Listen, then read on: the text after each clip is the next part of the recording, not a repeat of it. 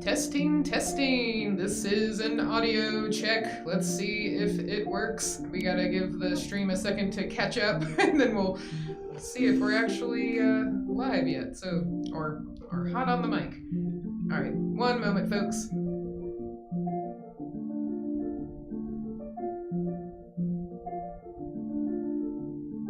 Testing, Yay! testing. This is an audio. All right, yay! All right, thank you for your patience, everyone. Did the old off and on, always works. Yes. So sorry about that, Marie. All right. Yay! Okay, they say we can hear you now. Yay! Okay, fantastic. All right, let's get started. Okay, so today we are going to be talking about Victorian era courtship. We are going to be taking a deep dive into two etiquette books. One is this book right here, Civil War Etiquette. But this is actually a reprint. It's a reproduction of, so it combined a couple of them. That's why it's called Civil War Etiquette.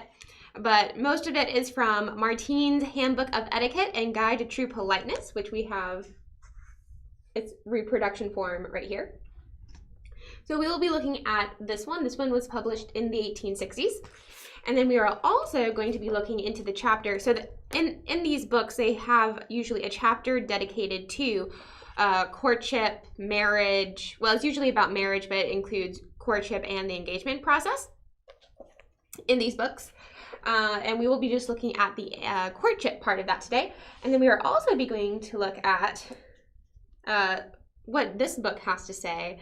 This is the Manners of Culture and Dress. This is actually original in my collection, and it is from 1891. And it has a chapter dedicated to marriage and the things surrounding marriage, such as courtship. So we will also be looking at quotes from this one today. And then we're also going to just be looking at some general rules, basically things that people have compiled and from various etiquette books, because there's a lot of them, and what that has to say about courtship in the Victorian era. I found a list, and I think it's very interesting, and we'll be providing some commentary on that as well. So etiquette books. What are etiquette books anyway? So pre-1860s etiquette books were highly moralistic. All right, but before that, so there are 3 stages of this kind of marriage ritual that we still really practice today. So you have courtship, engagement, and then you have marriage. So courtship, that's like dating. You meet. How do you meet? How do you get to know each other? Then there's the engagement process, where 2 people have decided that they want to get married and they're planning the wedding. What does the engagement mean? And then, of course, there is the wedding and marriage part of that relationship. So today we will just be focusing on the courtship part. Now, what is even courtship? Courtship is not really it's basically dating, but it's not dating. Courtship is really a period during which the couple develops this romantic relationship, especially in view of marriage. So courtship is like serious dating. It's not casual dating. Casual dating existed at this time, but that's not what they called it. They called it just kind of like, oh, well, I danced with this guy. Oh, well, we went out together, but we weren't courting. So we will talk about that because it's interesting. The books acknowledge that that's a thing, but they also acknowledge that you don't have any type of like serious relationship at that point. You don't have a serious relationship until you're official, until you are courting. And that's when you basically have I kind of want to marry you, but we should like seriously date now, like, and only see each other. So it's interesting. It's not, I think sometimes people think of it as so removed from what we do today, but it's not. They just called it different things, and perhaps were even more explicit in how these things worked, and there was less guesswork than dating has today. Decide for yourself at the end of this presentation. So we have these etiquette books, right? Those ones that I just showed you, there were a whole lot of them. So pre-1860, etiquette books were highly moralistic. So they were basically manuals for living rather than covering many different social situations. So pre-1860s etiquette books are kind of like the first kind of self-help books, if you will. It doesn't necessarily tell you like, and then in this situation, social situation, you do X, Y, and Z. It's more of a, what do you want out of life? What do you want out of this social situation?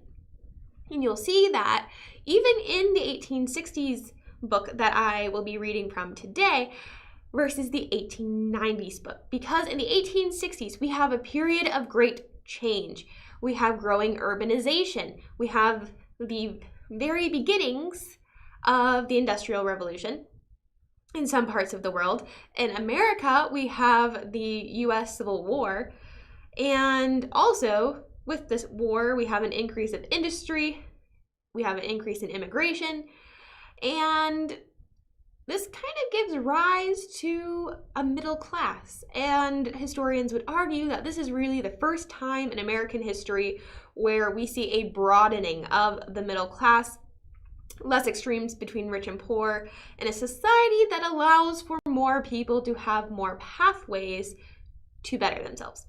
People would also argue that, well, there might be more extremes between rich and poor, but there's also way more middle people and ways for people to become more of the middle class.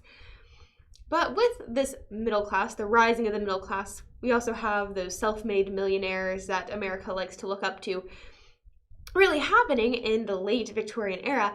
We have what we call new money. And new money doesn't know how to behave in high society. They are not part of this exclusive elite club that you basically have to be born into.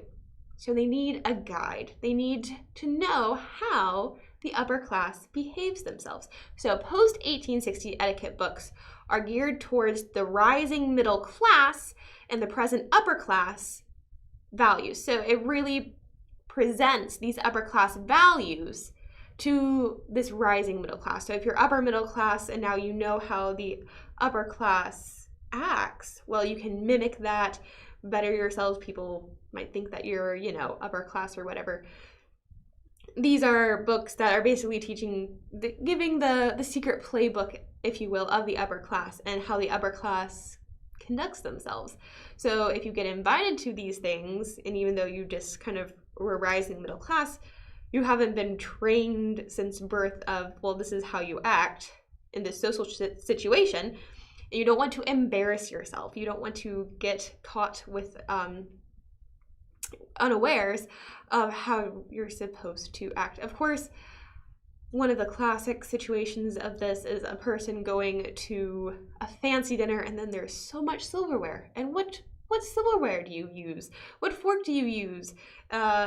We see this in, I think, I can think of one incredibly recent instance of this, and that is in The Princess Diaries, where Mia Thermopolis Rinaldi, Princess of Genovia, goes to a state dinner and she does not know which fork to use. She ends up trying to, where you're supposed to wash your hands, she tries to drink it. Anyway, an etiquette book would have helped her tremendously because she would have known what all that is for. So the first etiquette book that we're going to look at today is Louis Martin's Handbook of Etiquette, first published in 1864. So this is during the middle of the American Civil War. But you know what? To make a civil war more civil, what do you need? An etiquette book. So I will be reading some quotes from this handbook, from their chapter on courtship and marriage. And it says, first then, with the respect to the preliminary subject of courtship. So it's the chapter about marriage, but first comes courtship. So it says, before you admit the intentions of a gentleman who wishes to pay you his addresses, very carefully examine your own respective taste and dispositions, and settle in your own mind what are the most important, requirements of your happiness in a married state. So again, we see more of that like self-help approach that is more popular in the pre-1860s. In this 1860s book, before we go to This Is How You Act, is more of a, well, before you get into a relationship, think about what you want in a marriage. Good advice, still to this day. But it doesn't exactly tell us a rule of courtship.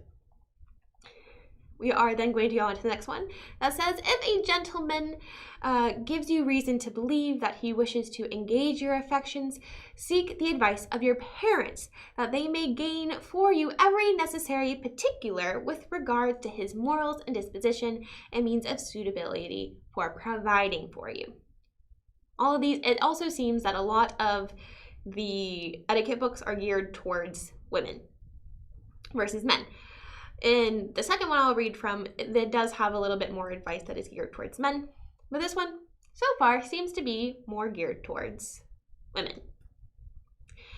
This last quote that I read does have a little bit more of a rule that is, or a kind of more like a do this kind of tone, and that is to seek the advice of your parents, because they are going to see if this guy matches you in your ideas of morals, your personalities, and also can he provide for you. So this is a period of time where ladies are not supposed to work outside the home in this class.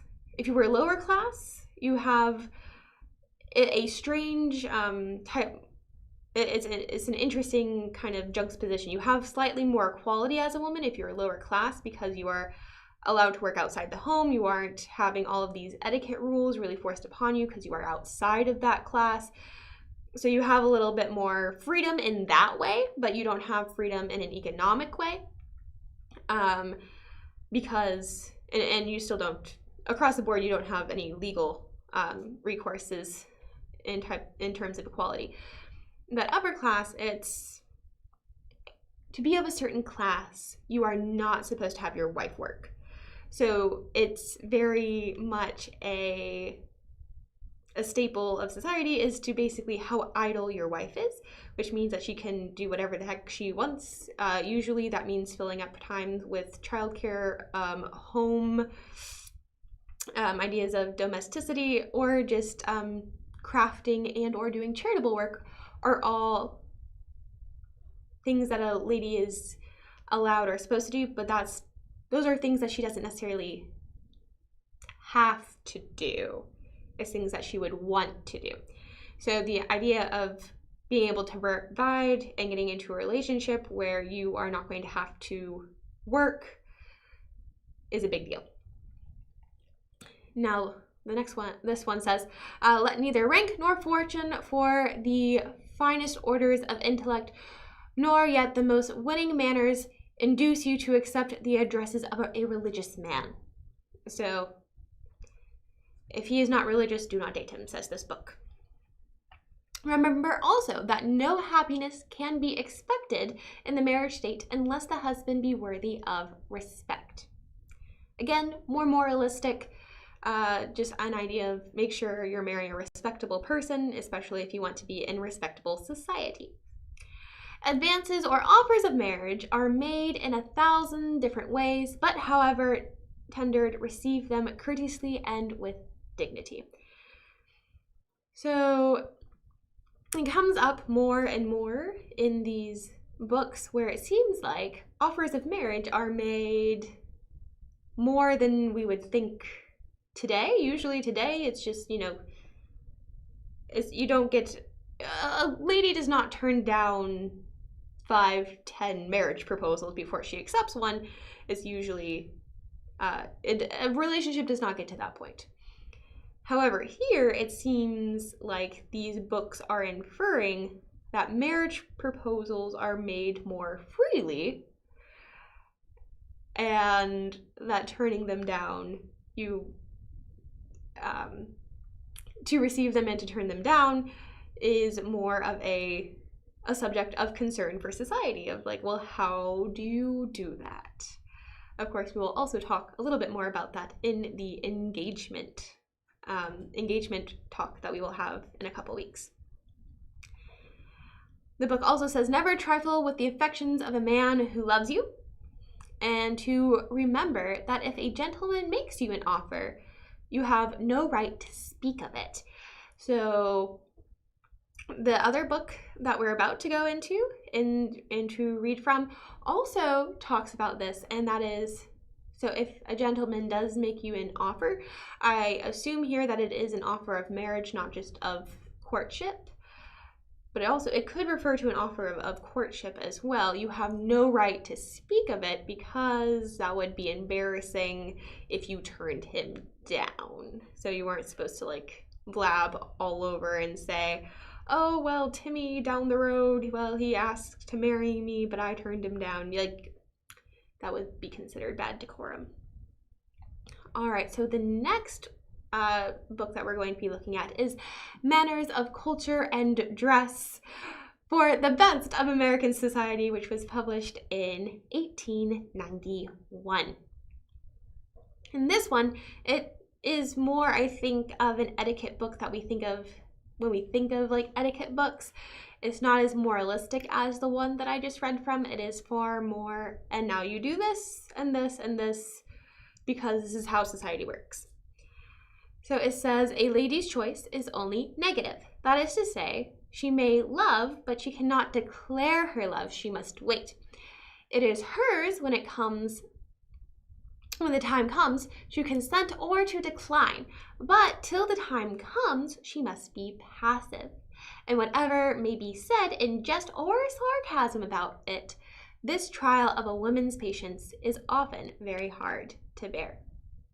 So again, we are already in a much more like less of a, well, think about what you want tone, and it's already far more of a, well, this is what you do, and this is how it works. So it's saying that a lady cannot declare her love.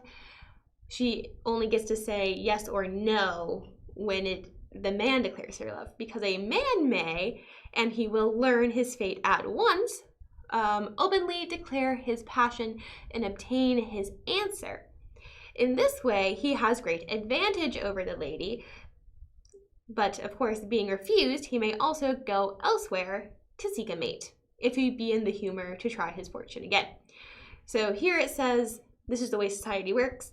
A man can declare his love for a woman or his passion for a woman, and then the lady can say yes or no. Of course, he can do this at any time he wants, and his advantage is, I can do this at the beginning of a relationship, say, do you have feelings for me? Do you want to do like a relationship? And he can figure out very quickly, because he can declare it. And then, of course, as it says, he may learn his fate at once. That if the lady is interested or not, as soon as he says it. But of course, if he is then refused, he can go elsewhere to see if someone else would have him. So a gentleman whose thoughts are not upon marriage should not pay too exclusive attention to any one lady. So this is kind of the idea of casual dating. So if you are just kind of casually dating, you are not supposed to. And of course, here we see even more advice and etiquette directed towards a gentleman's behavior versus in the last one, which was far more directed at a female's behavior. Here we see more of each. It's usually in the book as I was reading, it was like lady, man, lady, man, lady, man for the same subject as we just read.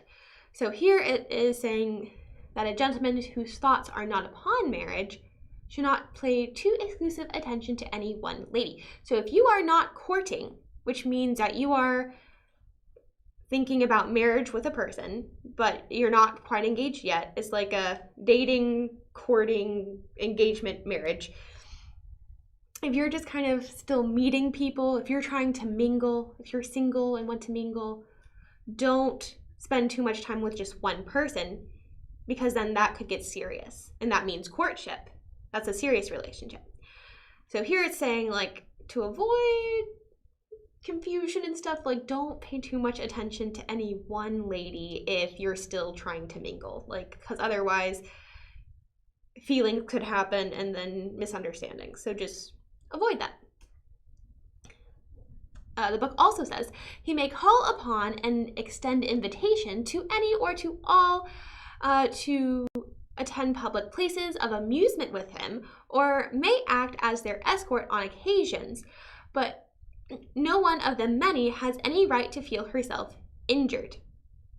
So that is, if you are not in a courtship and you're just dating and then the guy doesn't come around, well, you didn't have like an exclusive relationship. So you shouldn't feel injured unless you're in a courtship with a person if the other person is still seeing other people, because you have not entered into that exclusive contract of courtship, which both parties would really agree upon, and also the parents would also be involved with that as well. So basically, this book is saying it is fine if you are just casually dating with a lot of other people. And that's fine as long as you don't pay attention to one lady too much, and the lady, therefore, should not feel herself injured if this isn't the case. Because the book also said, but as soon as he neglects others and devotes himself to a single lady, he gives that lady reason to suppose he is particularly attracted to her. And then we would have courtship, because he is ignoring other people. They're going exclusive at this point. That's what courtship is at this point. They're being exclusive. They're not going to see other people. But you don't want, this is one of those things where he said, basically the book is saying, if you don't want to court that one lady, you can't just devote all your time to that one lady, because otherwise she's going to think that you went to court her. Which is just, I think it's very interesting, because a lot of times I think people in their idea of Victorian courtship, they'd forget that this is also a part of it, that there is this mingling that is also going on before courtship. A lot of times people just think of the courtship as being, oh, it's so rigid and so exclusive. And how do they meet people? Well, they obviously, like this book says, have permission to mingle and to meet different people and to dance with different people and to go out with different people to the theater or to amusement parks, because amusement parks are starting to become a thing at this time, or to do things like that, or to be their escort to that thing, because we'll get to the who's allowed to be alone with who and such in just a moment. Because, okay, so we just heard the man's perspective on this, and now it's going to say what the young lady should do, because neither should a young lady allow that attention from anyone to whom she is not especially attracted. So a young lady should not allow that one person to devote attention to her and only her if she is not attracted to them. Because while she cannot necessarily declare her feelings for the person, she can accept invitations or she can decline invitations to go places. So if someone says, I would like to be your escort to this public ball that we're having, she can say, no, I don't like you. I mean, she wouldn't say I don't like you. She would just say no. And then the guy would get the idea that she does not like him. All right, so this is for several reasons, though, why she should not allow this marked attention, this specific attention to anyone to whom she's not especially attracted. And that is that she may not do an injury to the gentleman in the seeming to give his suit encouragement. So she shouldn't encourage him if she's not interested. Also, that she may harm herself in keeping aloof from her those who she might like better. So don't go out with a person that you don't like, because a person you do like might also want to go out with you. but who will not approach her under the mistaken idea that her feelings are already invested. So a guy who actually likes you might not come and ask you to be your escort because you're with this guy that you don't actually like, and you shouldn't do that because then you could be with the guy that you actually like. All right, and then a young lady will on no account encourage the addresses of one whom she perceives to be seriously interested in her, unless she feels it possible that in time she may be able to return his affections. So, if you are unsure about a person, this book still says that's okay. If you're unsure, if you think that it's at least a possibility that you might like them in the future, that's fine to go out with them, because you know that it's a possibility. It's not a done deal for you, that you know that you can't. So as long as you don't have to feel that you are going to return his affections, just as long as it's a possibility, it's still fine to go out. Now, this is one of my favorite passages from this book, and it says, "No doubt there is such a thing as love at first sight, but love alone is a very uncertain foundation upon which to base marriage." At this time, love is beginning to become an idea that marriage is supposed to be about. So marrying for love. Our ancestors in antiquity did not always marry for love.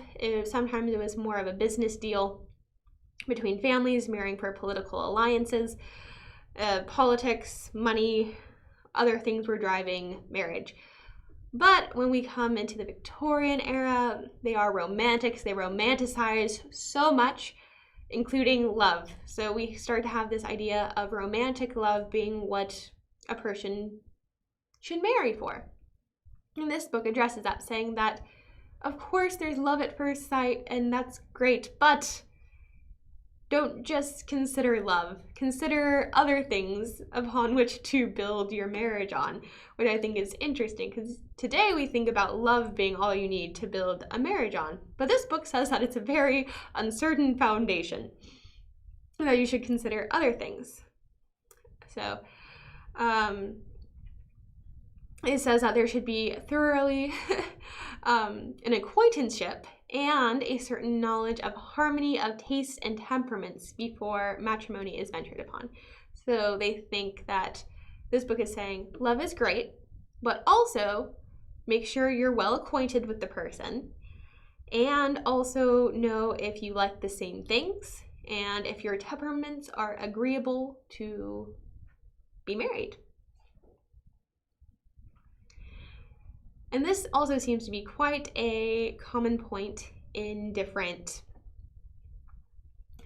books, and that is young ladies priding themselves upon conquests which they make, and it would not be scrupulous to sacrifice the happiness of an estimable person in the reprehensible vanity. So these books go out, they come for ladies who like to pride themselves on making like conquests of men, and say that that's unseemly to do that. You should not do that. It's unscrupulous.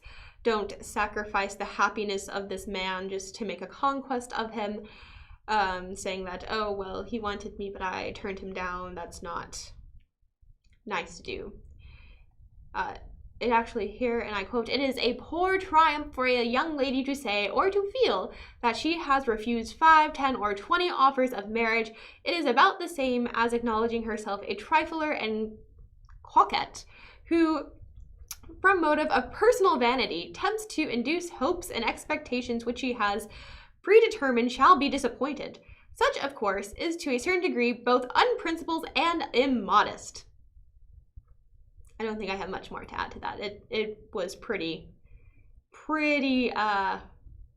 harsh there about ladies who do that. It is apparently incredibly impolite and something that you should not do according to this etiquette book. Of course, it also goes after men. So I like this book because it doesn't just talk about ladies, it also talks about gentlemen and how they interact in the same criteria. So it also says it is a greater crime when a man conveys the impression that he is in love by actions, gallantries, and looks, attentions, all except that he never commits himself, and finally withdraws his devotions. exulting to the thought that he has said or written nothing which can legally bind him. So this book also acknowledges that, of course, men can do the exact same thing, and also it implies that it is a greater crime because the man, like it says in the beginning, has a greater advantage in this, is that he can declare his passions for different people, and the lady has to take a passive part in this and just accept or decline people. So she could accept this man and pretty much exclude all others, and while he then would not commit, basically it's going after saying, men, if you're going to do this, commit to the lady, because it's incredibly impolite to waste all of her time, basically. And then saying like, oh, well, I didn't say anything, or I didn't write anything that can legally bind me to you. we're not going to get married, and I'm just leaving. Which, of course, for a lady of this time would be absolutely devastating, not just socially, but also for your prospects. The book also says, remember that if a gentleman makes a lady an offer, she has no right to speak of it. So this is almost word for word the phrasing that we have from the other book. So this is something this has gone on for apparently at least the past, so the first one was from 1864. This one was in 1891. That's almost half a decade, good 40 years. Almost. That says, again, remember that if a gentleman makes a lady an offer, she has no right to speak of it. So this is something that's very ingrained in society. A lady should not talk about her offers of marriage, especially if she's going to refuse them. Because, and the last one does not go on to expound upon this. This book does. It says that it is sufficiently painful to be refused without incurring the additional mortification of being pointed out as a rejected lover. So basically, don't do it because it would be mean to say, oh, he got, everyone in town would know, oh, well, Susie rejected him, and that just kind of adds to the hurt of being rejected, is that then everyone knows you were rejected. Now, this book goes on to say what the duty of a rejected suitor is, and it says the duty of a rejected suitor is quite clear. Etiquette demands that he shall accept the lady's decision as final and retreat from the field. He has no right to demand the reason of her refusal, and the proper course of action for this gentleman is to withdraw as much as possible from the circles in which she moves, so that she may be spared reminiscence which cannot be other than painful. So I think this is incredibly interesting. If a lady refuses this gentleman, he is supposed to just leave and also try to get out of her life and social circles as much as possible. And this is what good etiquette is. It also says that rejected suitors sometimes act as if they had received injuries where they were bound to avenge. And so they take every opportunity to annoy or slight this helpless victim of their former attractions, which conduct is cowardly and unmanly. So basically, if you get rejected, this, to summarize what this says, is take it like a man, and don't annoy or try to slight this poor girl who you had been attracted to. Just leave and try to get out of their way as much as possible.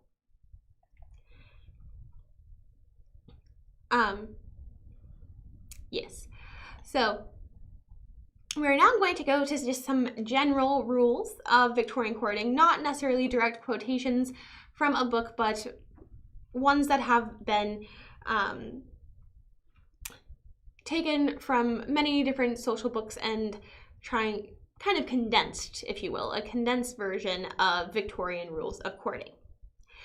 So, rule number 1 is a single woman never addressed a gentleman without an introduction. Now, this is not just a rule of courting. This is a rule of introduction. So you would not find this, as I have been reading, you will not find anything about this in the chapters on courting. You will find this under the chapter of introductions, which there is a whole chapter dedicated to. because who can introduce who can talk to who you should and should not talk to. It's a whole very long chapter. So a single woman was never to address a gentleman without an introduction. So she would have to find someone who knew the gentleman that she also knew, so an acquaintance of both of them, and then have that acquaintance introduce them. Same for a gentleman. A gentleman could not just approach a lady without an introduction. A gentleman would also have to find a mutual acquaintance and have that introduction happen.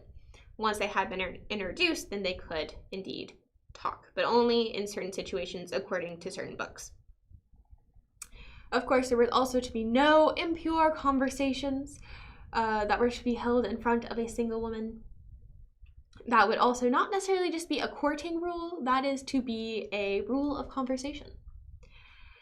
Now, a woman could not receive a man at home if she was alone. Another family member had to be present in the room. Now, that's not just for courting, that's for literally everything. Is that an unmarried woman was not to be alone with a man that was not in her immediate household, or a very, very close, perhaps, family friend. It would be considered improper. So there was to be another family member to be present in the room. And of course, there was to be no physical contact between the woman and the gentleman until marriage. But etiquette did say, and I think this is one of those incredibly funny, don't do this unless like this incredibly random situation happens, then yes, it is okay. So Victorian etiquette for men courting dictated that a man could offer the girl his hand if the road was uneven, and that was the only touch which was to be accepted between a man and a woman who was not engaged to him. So if you walk down a bumpy road, you can't hold hands, is basically what I get out of that passage, which I just think is incredibly amusing. Of course, if you were to be escorting, it would usually be like the arm or, you know, more of a hand. It wouldn't just be like the holding hands that we think of today. Rules of etiquette also state that an unmarried girl would never date a man at night. So a man would not stay for a long period of time at the girl's home because this was considered extremely impolite. Also, if you think about this, this is also a time where electricity is not widely used or had. So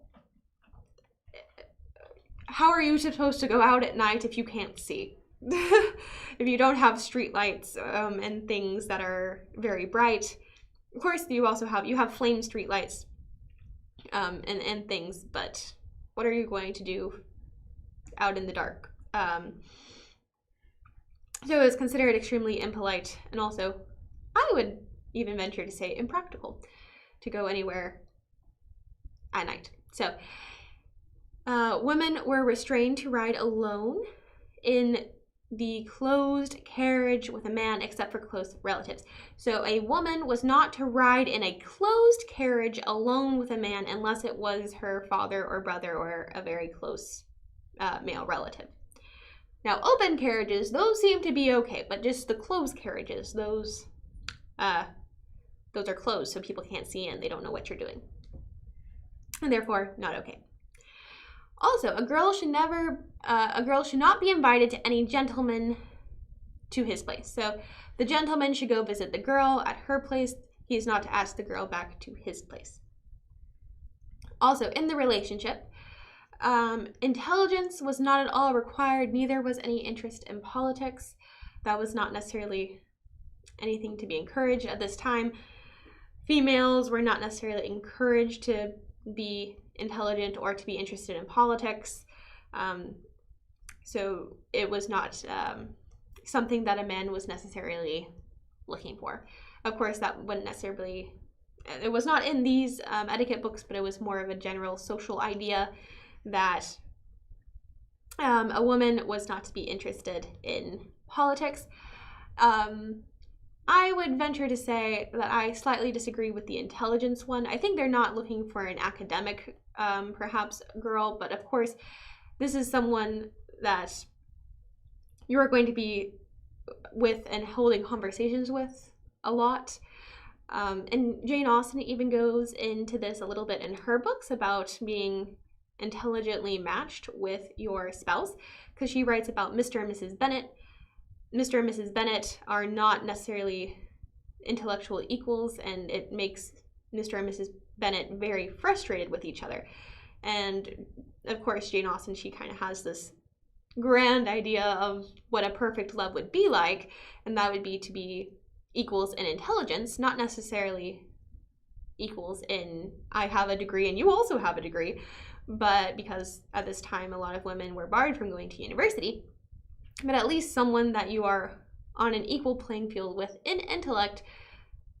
I think that is something that people are looking for, because you don't like to converse with someone who does not understand you.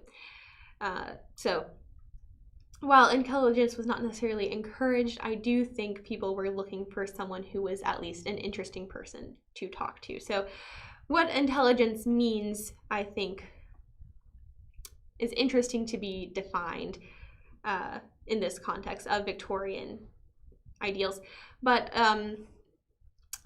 politics and political talk in women was very much not encouraged, and there's a lot of different Victorian ideas where after dinner, so you have, you know, the dinner party, and then the gentlemen go to the gentleman parlor, and the ladies go to the lady parlor, and the gentlemen talk about gentleman things, and the ladies talk about lady things.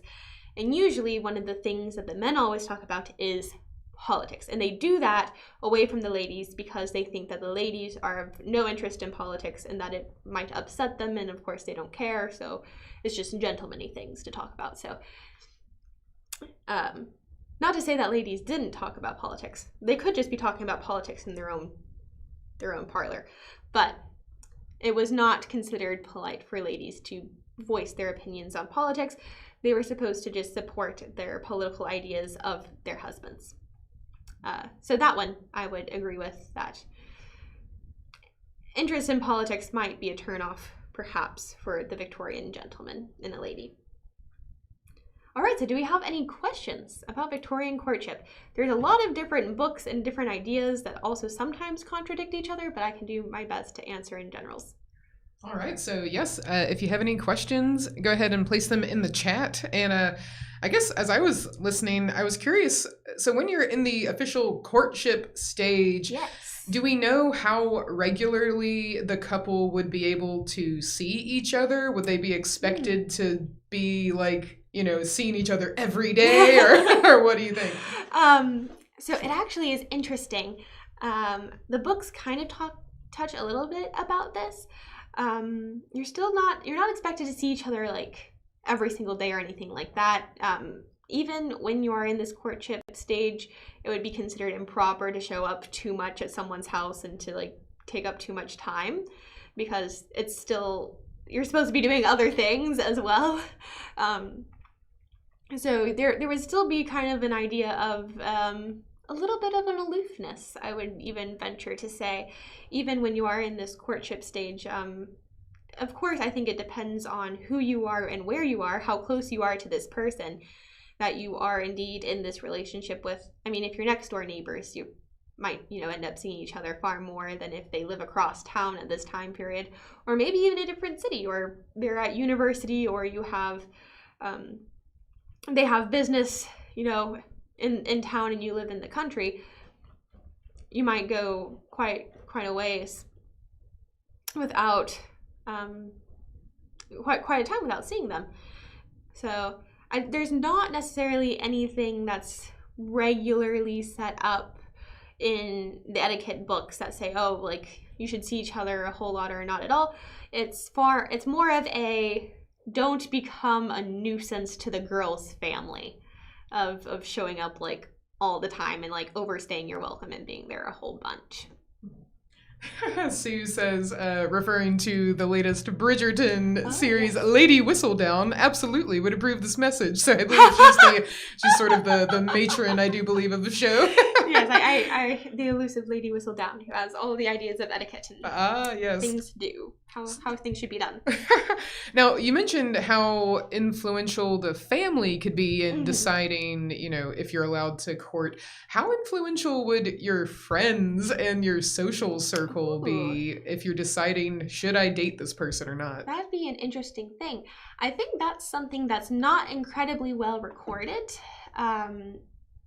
where the parents' position most definitely is, and I think they, especially in this time period, for this time period in America, that we're talking about, the Victorian, as well as in Britain, and places where those ideas are very strong around the world, the parents are going to have a far more influential voice in who you are going to end up marrying or who they approve of. The parents' approval is going to be a big deal in this time period to giving their stamp of approval to the relationship, to the engagement, to the marriage. Your friends at this time, depends on how, I guess, close your friendship are, or your different siblings perhaps. At this time period, big families were very much a thing. So your friends are also might be your family. So of course they're going to have, I'm sure everyone has opinions. I would say your social circle, which would be basically like your friendships, would have a fairly big role in who you would end up marrying, just because of societal pressure of marrying in your class, in your race perhaps, and things like that. It's going to be outside societal pressure who are pressuring you to do those things, that they approve of the match or not, because you want to be able, most of the time people want to be able to stay in that societal level. And of course, when you have people who are moving up in society, you might want to move up in society. You don't want to necessarily move down in society. And at this time where you have the growing middle class, people want to try to keep moving up classes. Your societal bubble or your societal sphere is going to be influential in staying in that sphere or not. If they approve of the match, then you get to stay. If you don't, well, then you might be exiled from proper society, which means like you would lose all your friends and maybe your family. Sue asks, Sue says, in Pride and Prejudice, Elizabeth Bennet tells Mr. Collins it's impertinent to introduce himself to Mr. Darcy. Is that because Mr. Collins is of a lower rank? I would say probably yes. So it was very much a thing as well when you look at introductions and how introductions are supposed to take place, which are a huge deal apparently. From what we just see in literature as well in etiquette books, people of lower rank are definitely not supposed to approach people of higher rank.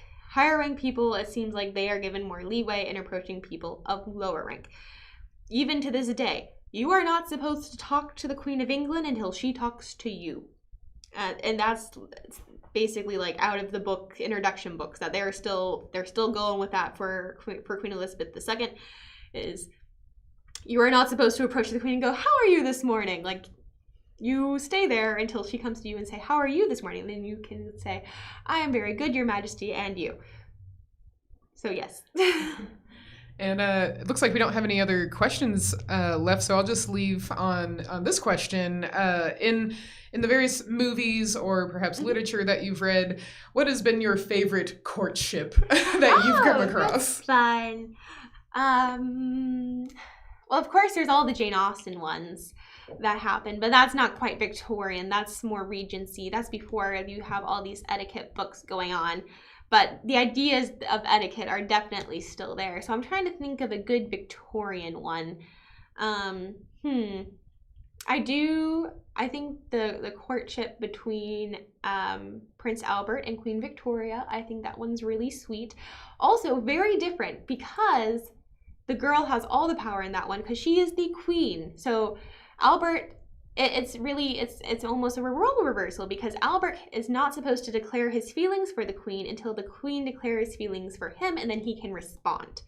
And he can't ask her to marry him. She asks him to marry her because she's queen. So I think that one's really interesting. I think that I like the Young Victoria, the movie, of course, and that's like the beginning of the Victorian era with her and Prince Albert at the helm of the Victorian era. It's named after her and all of these rules in society that she seems to emulate. So that one's, it's real and fictional, as in, because it's historical. The movie is historical fiction for the most part. It follows history pretty well, but of course it's dramatized and some more things added in there for effect. It's not quite a documentary. So I think I'll go with that one. That'll be my final answer.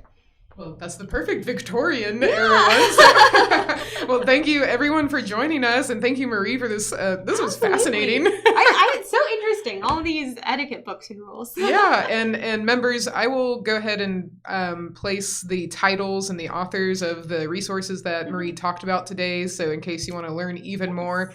And I'd like to look for. Yeah. For these. It's so beautiful, too. It's lovely. Especially it sparkles in the light here. Ooh. So we hope you'll join us for our next live stream on Wednesday. We're going to have revolutionary patriot Austin Dabney, portrayed by Mustafa Slack, an excellent actor. And Glenn is also going to be portraying the friend of Austin Dabney, Giles Harris, who they have a really fascinating friendship. So I do hope you'll join us for that next Wednesday at 2 p.m. And then, of course, our next members live stream, Marie's going to be hosting one about the history of Valentine's Day next Friday. All the love things. Yes. So, and of course, you probably already noticed that on our schedule, we also are following along with the Victorian traditions. So we'll have engagement, and then marriage. So that's going to be really fun. All right, members, thank you all so much. And Sue says this was fabulous, one of my favorite time periods, and it proves that I am not entirely jaded, as I have often thought. Thank you all for joining us. Please take care, and we'll see you in the chat again soon. Bye.